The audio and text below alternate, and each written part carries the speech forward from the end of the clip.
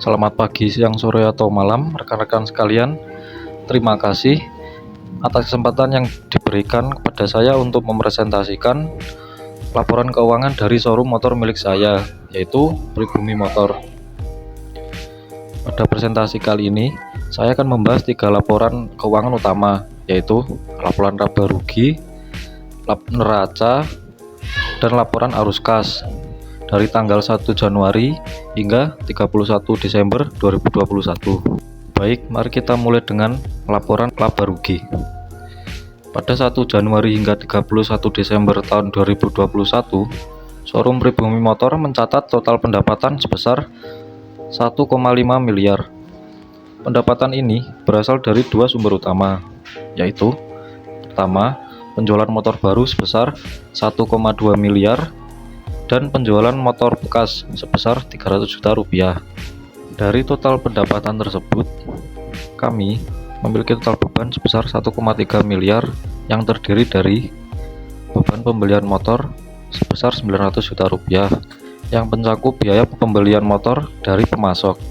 Yang kedua adalah beban operasional sebesar 300 juta rupiah yang meliputi gaji karyawan, sewa tempat, dan operasional. Lalu yang ketiga adalah beban pemasaran yang bernilai 100 juta rupiah yang digunakan untuk promosi dan iklan. Pajak kami adalah 200 juta rupiah. Dan setelah memperhitungkan pajak penghasilan sebesar 25%, laba bersih menjadi 150 juta rupiah. Selanjutnya adalah neraca. Mari kita lihat neraca perusahaan pada 31 Desember tahun 2021. Total aset showroom Pribumi Motor mencapai 1,2 miliar rupiah yang terdiri dari aset lancar sebesar 600 juta, termasuk kas sebesar 200 juta, piutang usaha sebesar 100 juta, dan persediaan motor sebesar 300 juta.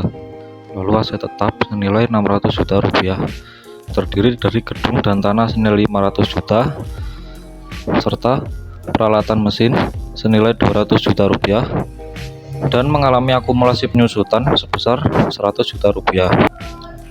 Sementara itu, dari sisi liabilitas dan ekuitas, total liabilitas adalah 200 juta rupiah, terdiri dari utang usaha sebesar 150 juta rupiah dan utang pajak sebesar 50 juta rupiah.